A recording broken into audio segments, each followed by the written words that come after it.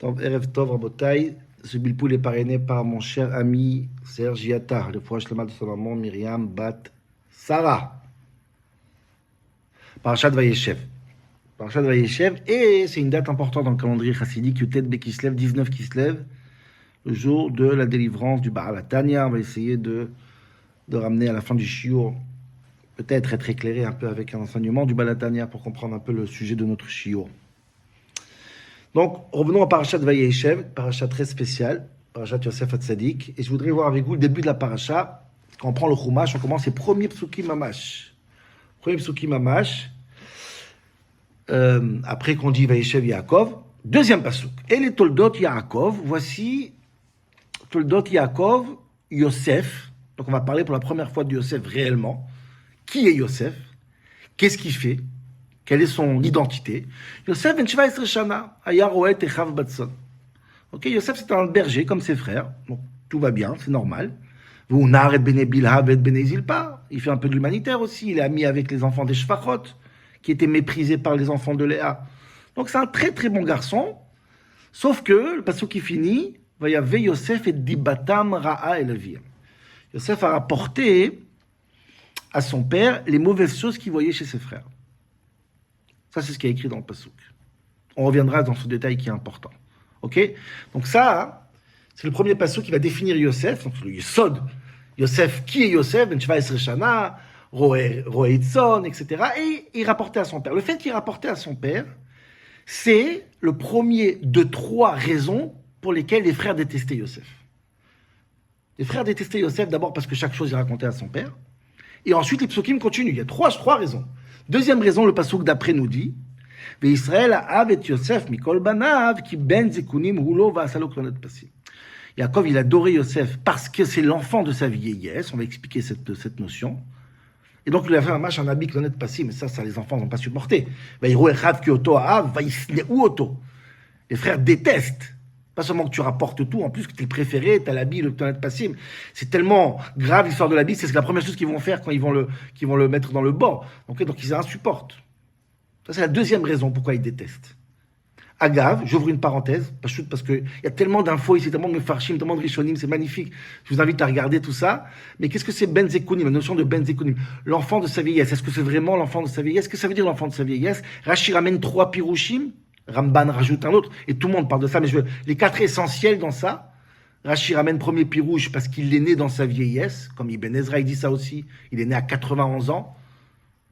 Yaakov avait 91 ans et il a eu son fils Yosef, donc c'est le fils de sa vieillesse. Il y a quelque chose de très... Je comprends pas cette raison, Ramban lui-même ne comprend pas, il dit je comprends pas, mais d'abord Binyamin va naître après, Binyamin qui s'appelle aussi Ben Zekunim, il va naître après, il n'a pas eu l'amour de son père comme Yosef, c'est très bizarre. Il y a un des Baltosphot qui dit que Binyamin, quand il est né, il a tué sa mère, donc Yaakov ne lui a pas pardonné. Mais quand même, Ramban, il dit que tous les enfants sont nés à la vieillesse de Yaakov. Il y a 7 ans de différence entre Rouven jusqu'au dernier, jusqu'à Yosef. Ephraim et Ménaché, dit Ramban, ils sont nés jusqu'à 1 an avant Yosef. Donc, ils sont tous épris de la vieillesse. Pourquoi Yosef était... Il n'était pas sim, etc. C'est très bizarre. Donc Rashi ramène encore 2 pirouchim. Un, c'était un enfant intelligent que Yaakov lui a tout enseigné. Où il y en a qui pensent il ressemblait à son père. Bon, donc Yosef n'a rien fait de grave, il est passif dans l'histoire. Donc pourquoi le détester? Mais c'est comme ça.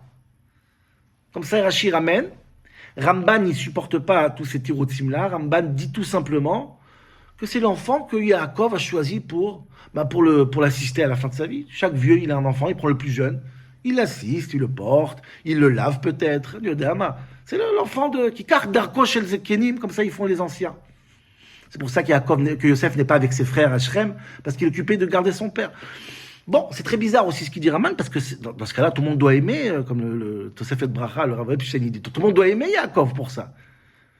Par exemple, Yosef, il aide son père, c'est le petit dernier qui aide papa, magnifique. Au contraire, Kol HaKavod, c'est très bizarre. Mais en tout cas, quoi qu'il en soit, il a une tonnette passim, et il est aimé par son père, et les frères le détestent, Vaïsneu Oto. Donc pas seulement parce qu'il raconte la Shonara, en plus Vaïsneu Oto parce qu'il a une tonnette passim, mais il est beau, il est préféré par son père. Et ensuite, il y a une troisième raison, que ça marche, ça rend fou les frères, comme ça le passou qui dit, Chalom Yosef Chalom Eged Lecha. Oh, l'histoire des rêves. Oh là là, ça rend mamash pour les frères. Il raconte, il leur dit, oh, j'ai un rêve. Et le pasteur qui dit, Yosifu od senoto. Ça rajoute de la haine. Après, il dit, j'ai un autre rêve. Le pasteur qui continue, Yosifu od senoto. Donc les rêves, ça mamash, ça rend fou. Une sin'a terrible des frères par rapport à Yosef. Et donc on a trois choses ici. La paracha nous commence avec ces trois choses-là qui ont créé cette sina, qui vont créer l'histoire qui va finir par Mechirat Yosef. Et toutes les trois, quatre parachutes qu'on viendront maintenant, qui parleront de Mechirat Yosef, Yosef à Mitzrayim. Tout ça, c'est à cause de ces trois choses-là que Yosef, il provoque. Et chacune des trois choses est passionnante. Et on peut en parler des heures. Je me retiens ma mâche parce que je veux parler d'un sujet aujourd'hui. La première des choses. Mais quoi qu'il en soit, comme ça, la paracha, elle commence. Zéro. Je me permets d'amener une parenthèse, encore une fois. J'aurais voulu parler plus de cette parenthèse. Je le fais parce que c'est intéressant. Il n'y a pas de lien direct avec ce qu'on va arriver dans le shiur, mais c'est important. Parce que ces trois choses-là ont ramené en fin de compte à Mechirat Yosef. Il y a un détail dans Mechirat Yosef que je voulais qu'on en parle. Il faudra faire un shiur, peut-être un petit enregistrement avant Shabbat, spécialement pour ça. C'est passionnant.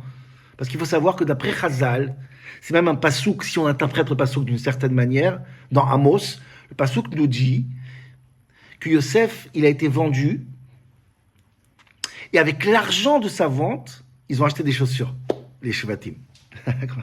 Comme ça, le pasouk qui dit dans Amos, Amos, avant le premier Rouban, il donne cette névoua, et il nous dit, c'est dans l'Haftara, je pense, ça se met dans la paracha, dans l'Haftara, on lira, et on dira que Kohamar Hashem, donc Amos, c'est le prophète qui va reprocher au peuple juif, Al mecharam ba kesef tzadik ve'evion. Vous avez vendu le tzadik. C'est pas obligé de lire comme ça le pshat, mais en tout cas, d'après la majorité, ça parle de Yosef.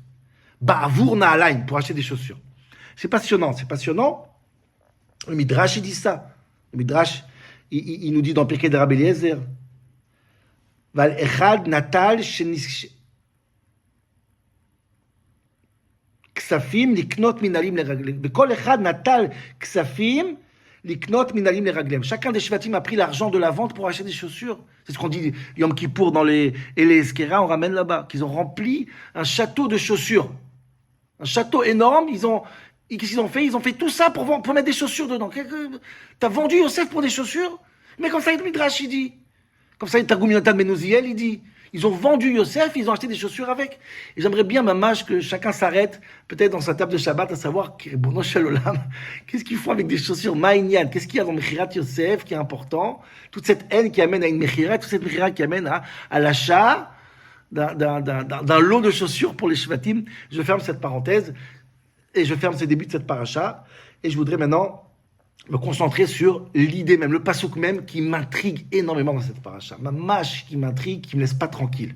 Je voudrais voir avec vous, revenons au début, à savoir la première raison pourquoi les frères détestent, Vayavé et Dibatam Ra'a el Aviem. Yosef ramène le Lachon Hara, il ramène les choses mal qu'il voit chez ses frères, il ramène à Yaakov Avinu. Moi, je voudrais vous poser une question, c'est la question la plus importante. Après, c'est des détails dans la question, dans le pasouk, dans le pshat, mais cette question-là, ma mâche, elle est importante. C'est l'essentiel de ce shiur, cette question. À savoir, l'identité de Yosef, c'est un enfant de 17 ans. C'est un berger, c'est un bon garçon. C'est ça le premier pasouk qui parle de Yosef, quelque part, c'est le pasouk fondateur de l'ADN, de l'identité de Yosef. Pourquoi dans ce pasouk-là, dans le même pasouk qu'on nous dit qu'il a 17 ans, on nous dit et il ramène les mauvaises choses à son père, comme si le fait qu'il ramène les mauvaises choses à son père, le fait qu'il rapporte à son père, fait partie même de l'ADN de Yosef. Il a 17 ans, il est berger et il raconte à son père.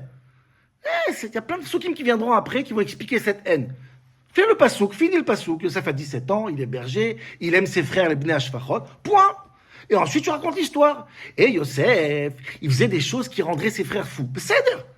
Mais pourquoi dans le premier pasouk, c'est pas rien le premier pasouk, c'est le premier pasouk ever dans la Torah qui va nous raconter qui est Yosef. Et à ce moment-là, il faut nous dire, attention, sache-le que Yosef, c'est quoi? C'est celui qui rapporte à son père. Ça, c'est Yosef. Il a 17 ans et c'est un rapporteur. Ça y est, c'est une identité pour l'éternité. Ça, c'est Yosef. Et Rabotai, ce chiour, il est pour nous dire, Rabotai, que ça, c'est Yosef. Ça, je pense que dans ces 3-4 mots-là, Yosef, il rapporte, ça montre le méhout, le sens, l'ADN, la définition, la tzidkout de Yosef se cache dans cette phrase-là. C'est pour ça qu'il est dans le premier pasouk. C'est nifla. Mais en tout cas, il n'a rien à faire ici. A priori, c'est juste une des trois raisons pourquoi Yosef, il est détesté. Qu'est-ce qu'il fait là? C'est bien mettre un Pélé pour moi, un grand Pélé. Un grand Pélé.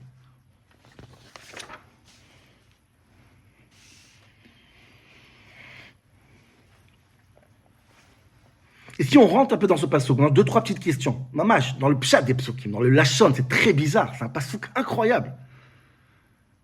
Il y avait Yosef et Dibatam Ra'a el Aviem. Yosef, il ramène la Diba, les choses qu'il a vues, il ramène à son père. Abotai, je sais pas comment vous dire. Yosef, il a rapporté à son père. Qu'est-ce qu'il a dit à son père? Qu'est-ce qu'il a vu? Et dans 2 secondes, tu vas me raconter des rêves avec des détails hallucinants, d'aloumim, des trucs chéméchés, des détails sans fin. Tu peux pas me dire ce qu'il a vu? Il y avait Dibatam Ra'a. Tu peux pas me donner un détail, quelque chose, donne-moi un os.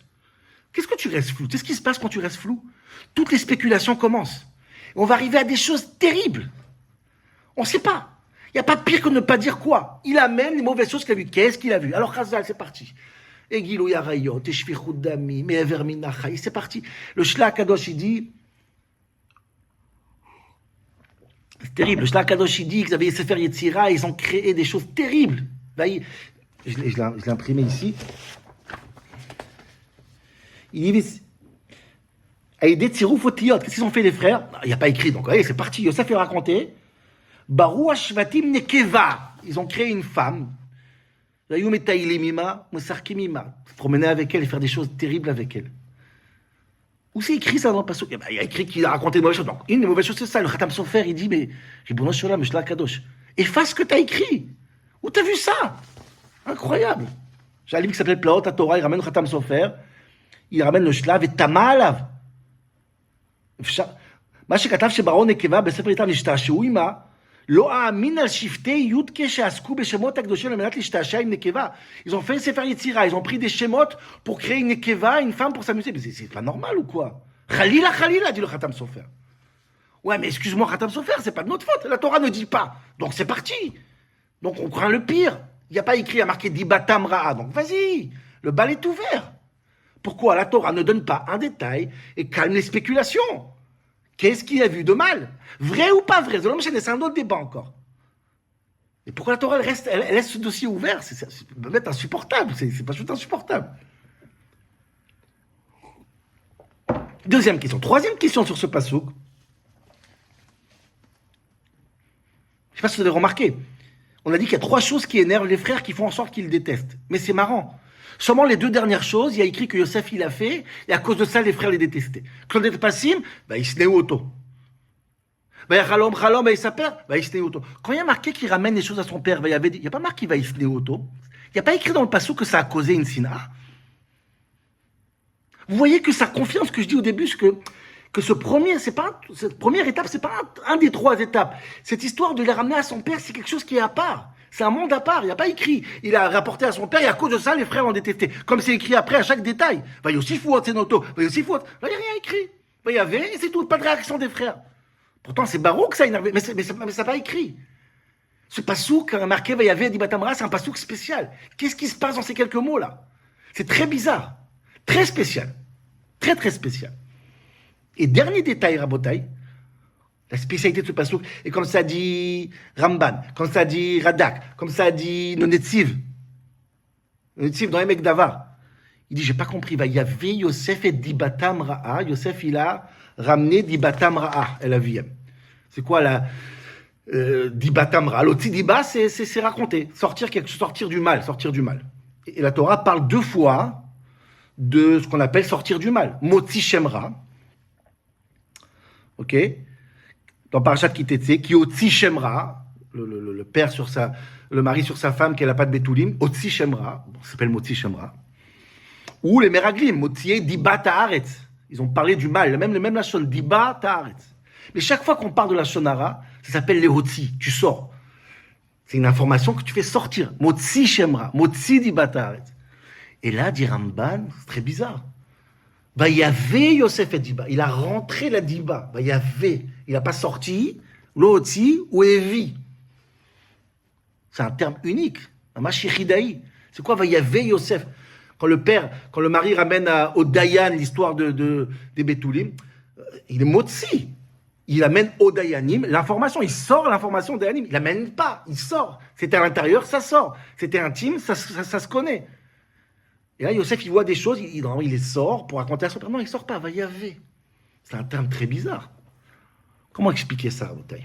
Comment expliquer ça? Qu'est-ce qui se passe? C'est quoi ce premier pasouk là? Qu'est-ce que c'est que cette identité de Yosef? Makoresham Bemet. C'est pas un pasouk comme les autres. C'est pas juste un prétexte pour la sina des frères. C'est très très bizarre. Très très bizarre. Binader, je ferai une vidéo sur cette sina parce que sa définition de sina, c'est pas du tout ce qu'on croit. Blikesher, c'est parce qu'on dit comment les frères peuvent détester Yosef. Le mot sina dans la Torah, il a un contexte toujours comparatif. Rachel, Léa, Esav, Yaakov. C'est très, très, très spécial. Bon, quoi qu'il en soit, qu'est-ce que c'est Vayavé, Yosef et Dibatam? C'est quoi cette phrase-là qui fait partie de l'identité de Yosef? Pele Atsu. La bataille, tout ça nous amène à essayer de comprendre aujourd'hui qui est Yosef. Qui est Yosef, qui est de manière consensuelle dans Torah Sheba'al-Peh, dans Torah Tassod, même dans Torah Shebirtav, d'après le passage qu'on a lu tout à l'heure, Yosef est nommé Yosef Hatzadik. C'est le seul, Rabotai. Écoutez bien ce que je dis. C'est le seul qui restera dans l'imaginaire et dans l'histoire juive comme Yosef le Tzadik. Personne dans la Torah aura ce Torah. Personne ne restera avec ce Torah pour l'éternité. Ni Moshe, ni Avraham, ni Yitzhak, ni Yaakov. Même Noach, c'est Bedorotav. C'est pas son titre. Il était Tzadik dans sa génération. Mais personne n'appelle Noach Tzadik aujourd'hui. Yosef, partout il a appelé Yosef Tzadik. C'est un consensus, mamash, partout. Et je voudrais comprendre qu'est-ce que ça veut dire Yosef Tzadik. Qu'est-ce que c'est un Tzadik? Qu'est-ce que c'est Yosef Tzadik? Je pense, comme j'ai dit au début du shiur, que tout se trouve dans le premier pasouk. Vayavé Yosef et Dibatam Ra'el Aviem. Qu'est-ce que c'est Yosef Tzadik? Avraham n'est pas un Tzadik. Yitzhak, Hanor, Aaron, Moïse Rabbeinu. Alors, a priori, quand on regarde Chazal,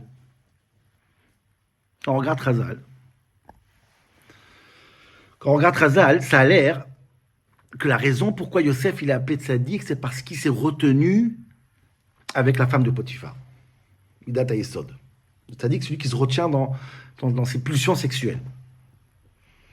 Est-ce que c'est suffisant comme argument? Non. Vrai, mais pas suffisant. Quelle est la preuve que ce n'est pas suffisant? Parce qu'on a connu des gens qui étaient beaucoup plus importants dans cet acte-là de se retenir des pulsions sexuelles. Ils n'ont pas été appelés Tzadik. Comme ça, la Gemara dit en Sanhedrin. La Gemara en Sanhedrin d'Afiotet à Moudbet, elle nous raconte comme ça, elle nous dit le grand mal, la grande mal, la grande force de Yosef de se retenir. Rabbi Yochanan, Tokfo shel Yosef, bravo Yosef, tu t'es retenu avec Eshet Potiphar, c'est Alvetanuto shel Boaz. C'est rien du tout, c'est rien à côté de Boaz. Boaz, que sa femme Ruth a été, la fille Ruth qui était allongée à ses pieds pendant une nuit entière, il n'a même pas touché. Beaucoup plus fort que Yosef. Le Tokfo shel Boaz et la grande force de Boaz, c'est retenir, c'est rien par rapport à Alvetanuto shel Palti ben Laish, ou Palti el ben Laish. L'homme qu'on a pris, Shaoul, il a pris la femme de David, sa fille, Michal, il l'a donné à un homme qui n'était pas son homme pour se venger de David. Et il était avec cette femme, Palti, 7 à 8 ans avec une femme, il ne l'a pas touchée, parce qu'elle appartenait à David. Il a mis une épée là-bas. C'est Nifla. Donc Yosef, il n'est rien par rapport à Boaz, Boaz n'est rien par rapport à Palti. Donc en cette matière-là, il y a des gens qui ont fait des choses incroyables, inimaginables. Mais il n'y a que Yosef qui est tzaddik. Donc l'histoire de Eshet Potiphar ne suffit pas le fait que Yosef est qualifié de tzaddik. Il y a une autre raison. C'est quoi tzaddik? Je veux redéfinir tzaddik. Bémet redéfinir tzaddik. Je pense, entre parenthèses mamash, que ce tzaddik-là, c'est ce qu'on appelle le Benoni du Tanya, puisqu'on est Yutet Bekishlev. On va le voir à la fin du shiur. Cette définition du Yosef à tzaddik. Yosef, c'est nous. C'est pas Abraham, Yitzhak, Yaakov, c'est grand. Yosef, c'est... Abotai, je pense que tous les personnages de la Torah les plus grands des plus grands, ils avaient un travail le plus important de leur vie, c'est de travailler leur émouna vis-à-vis d'Akadosh Baruch Hu. Tous. Depuis le début jusqu'à la fin, c'est travailler le défi que Dieu leur faisait pour savoir s'ils ont vraiment une émouna vis-à-vis de Dieu. Ça commence depuis Adam Arishon, Akadosh Baruch Hu dit ne mange pas le fruit, est-ce que tu as la émouna ou pas? Et tu vas écouter Akadosh Baruch Hu, il a trahi. et Hanoch, et tous ces gens-là, Moshe Rabbeinu, Abraham, Akedat Yitzhak, tous les Nisyonot d'Abraham Avinu, c'est quoi? C'est les Nisyonot de quoi? De l'Aïmouna.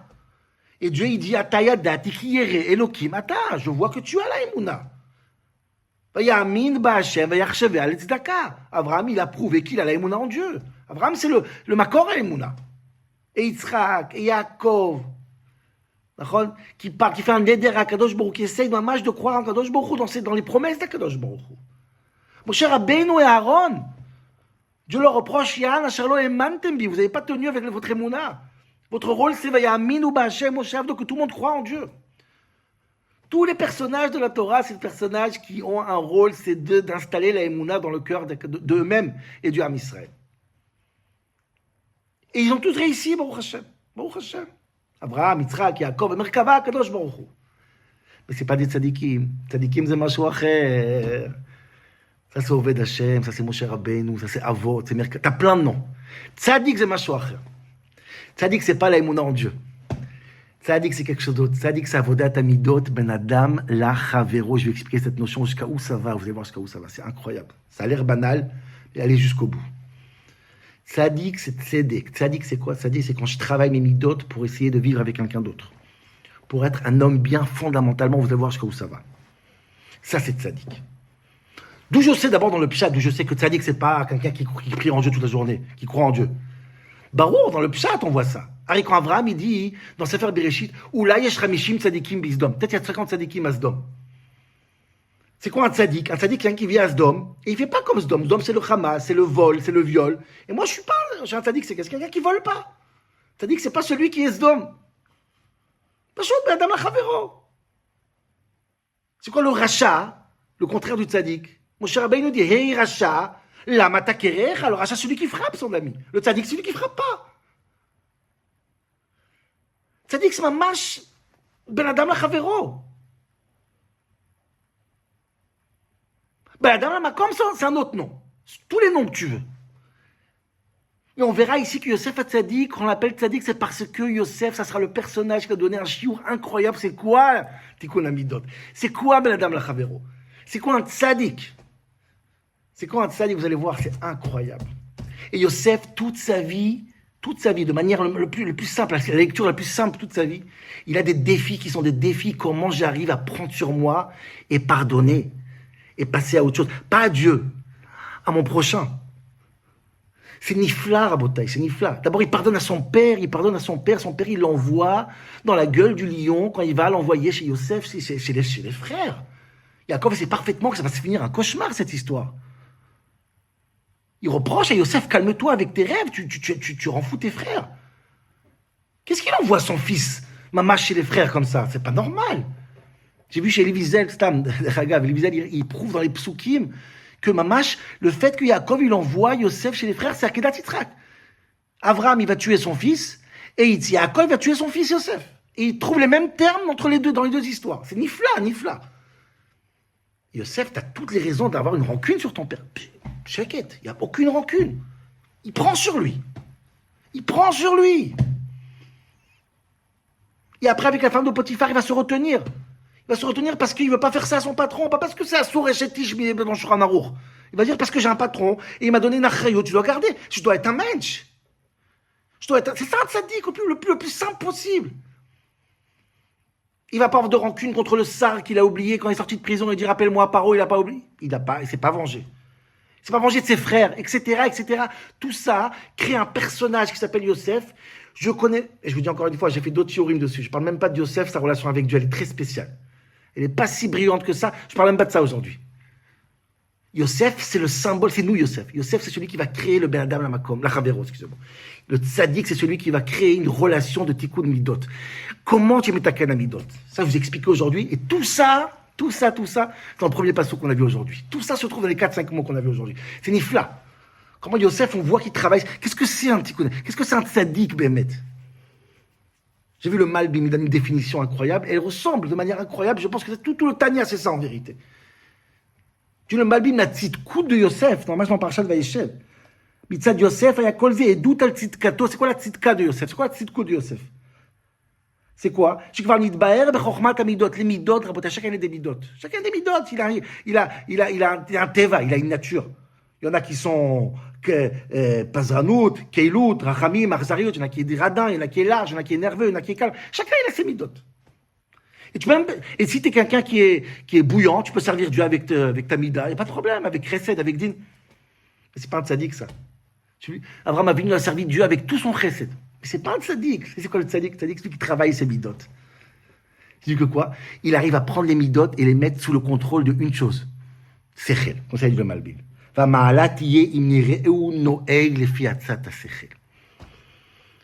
Comment tu travailles tes midot quand toutes tes pulsions et tous tes sentiments ils sont dirigés par le cerveau? Ce que le Balatana il appelle Moach Shalit à la lèvre. Ça a l'air banal, mais c'est vraiment et c'est possible. C'est pour ça que je dis qu'on n'est pas Avraham Avinu, on peut être Yosef. Ça veut dire quoi? Des fois, tu as un sentiment que tu penses qu'il est juste. Fais-le passer d'abord par le Sérel, et plus que ça. C'est le Sérel qui fait naître un sentiment. J'ai compris, donc je fais, donc je ressens. Ça, c'est quelque chose qui est incroyable. Pourtant, j'ai un teva, j'ai une nature. Les filles, atzat sechel. Ça, c'est tikkun midot. Vous allez voir jusqu'à où ça va. Tout ce que je dis maintenant, c'est Yosef. Tout ce qu'il a réussi à faire Yosef, c'est ça, et c'est tout ça dans les premiers psukim, les premiers mots du pasouk. Regardez comment c'est nifla, comment c'est matok. Le pasouk nous dit, Yosef, il a 17 ans. Et Yosef, il a un teva, il a une nature. Quelle est la nature de Yosef? Il y avait Yosef et Dibatam Ra'a Laviem. Yosef, il a un teva, il voit quelque chose, il raconte. Il reste pas en silence. Il est Medovev, Motzi Diba. Il peut pas se retenir. Il voit une injustice, il va parler à ce qu'il faut. Ça, c'est le teva de Yosef. Dans l'ADN de Yosef, c'est écrit dans le pasouk de Yosef. Et pourquoi la Torah nous raconte ça dans son pasouk? Parce que vous allez voir que Yosef, il a un travail, même quand il a un teva, tout est dirigé par son cerveau. C'est ça le tzaddik. C'est quoi la preuve? C'est qu'il y a 2 fois dans toute l'histoire de Yosef que j'attends de manière impatiente. Parle, Yosef. Parle, c'est ton teva. Et on voit un silence qui est pas shoot, pas humain. Le premier, c'est quelque chose que j'arrive pas à comprendre aujourd'hui. Yosef n'est jamais parti voir Monsieur Potiphar dire c'est pas vrai, j'ai rien fait. Jusqu'à la fin de sa vie, tout le monde dira sur lui qu'il a, excusez-moi, violé la femme de Potiphar. Il a jamais contredit, il a jamais dit, il se tait. Pourtant, c'est quelqu'un qui sait parler. Il y avait Yosef, il dit, va voir Monsieur Potiphar avant d'entrer en prison. Il dit, excuse-moi, c'est faux. Au moins, défends-toi. Tu sais quoi? Après, avant d'être roi, dis, annonce. Maintenant, je vais vous dire la vérité, c'est faux. Check it. Comment un homme que sa nature est de parler, il décide de se taire et prendre sur lui. Vous voyez comment le cerveau, il prend le contrôle sur les midotes? Il y avait Yosef et Dibatamra. Ça, c'est le teva de Yosef. Silence. Mais le pire, c'est pas ça. Le pire, c'est que tous les Rishonim, ils parlent. Yaakov, son père, il va venir en Égypte 17 ans. Pendant 17 ans, Yosef et son père vont être à côté. Jamais Yosef a dit à son père, papa, tu sais ce qui s'est passé? Mes frères m'ont vendu. Yaakov va mourir, il n'est même pas au courant de cette histoire. Je ne sais pas si vous vous rendez compte, quand vous lisez le début de la paracha, Yosef, c'est celui qui raconte des choses à son père. Et il finit sa vie, check it. Pas un mot, Ribono Shalom, pas un mot. Je ne sais pas si vous vous rendez compte, qu'est-ce que c'est un Moar qui prend le contrôle sur les midotes. Ça, c'est un tzaddik, Rabotai. Tzaddik, c'est pas prier toute la journée, c'est pas d'être kadosh, vetaor, ça c'est d'autres choses, ça c'est un autre rôle. Tzaddik, c'est de donner un rôle important à son cerveau. Le Tanya s'appelle Sefer Shel Beinonim. C'est quoi le Beinoni du Tanya? C'est celui qui est mitbonen, celui qui réfléchit. Celui que dans sa vie, avant d'agir, le sentiment est le fruit de la réflexion. Et avec la réflexion, tu peux tout faire. Tu peux créer tous les sentiments du monde. Et des fois, les sentiments, ils ont l'air kadosh. Laisse. Ten pour Khan. Libère tes sentiments, c'est Avodat Hashem. C'est vrai, Abraham, il dit, moi, je recède, moi, je suis digne. Chacun, il sert Dieu avec ses sentiments. C'est très bien. T'es un kadosh. Et t'es pas un tzaddik. Le tzaddik, c'est celui qui fait en sorte que quoi? Qu'il y ait un nouveau roi sur terre. Melech. Moar, Lev, Kaved. Le roi, c'est le Moar. Comme il dit le Malbim, va ma'ala, shel tzidkuto, la ma'ala, la tzidkou de Yosef, tiye im yir'ehu no'eg lefi atzat ha'sechel. Abota Yosef, il n'est pas motzi diba, il sort pas la diba. Ceux qui racontent la shonara, c'est qu'ils ont un secret, ils veulent le partager à tout le monde, ils ont envie de se soulager. Yosef, il est méji. Yosef, il prend une information et il la travaille et après le cerveau décide. Ça, c'est seulement comme ça tu peux comprendre Yosef. Yosef a tzaddik. Et la plus grande preuve que c'est un tzaddik, c'est parce que Yosef, dans sa nature, c'est Vayavé, Yosef, et Dibatam, Ra'a et Laviem. Ce même Yosef était avec son Aviv pendant 17 ans, il n'a pas dit un mot. Je ne sais pas si vous vous rendez compte de la violence, de la grandeur de ce tzaddik. Et ça, Rabotai, c'est ce qu'il reste à faire. Mais c'est ça, on peut pas être Avraham Avinu, on peut pas être Yitzhak. Bon, je sais que chacun fait essayer d'avote, mais c'est les Merkava, c'est très difficile. Yosef, on peut être. Tzaddik, c'est pas quelqu'un qui est kadosh. Tzaddik, c'est quelqu'un qui donne le pouvoir à son sechel. Atzat sechel, dit le Malbim. C'est quelqu'un qui a idbonenout, la réflexion, elle est maître chez lui. Donc tu contrôles ta vie, donc tu peux te retenir avec Hachet Potiphar, tu peux ne pas être rancunier, tu peux toute ta vie, elle s'arrange. Ça, c'est un tzaddik. Arrête de penser que tzaddik, avec le taï toute sa journée, il sort pas de Dalet Amot, du Beth Midrash. Voilà, Rabotai.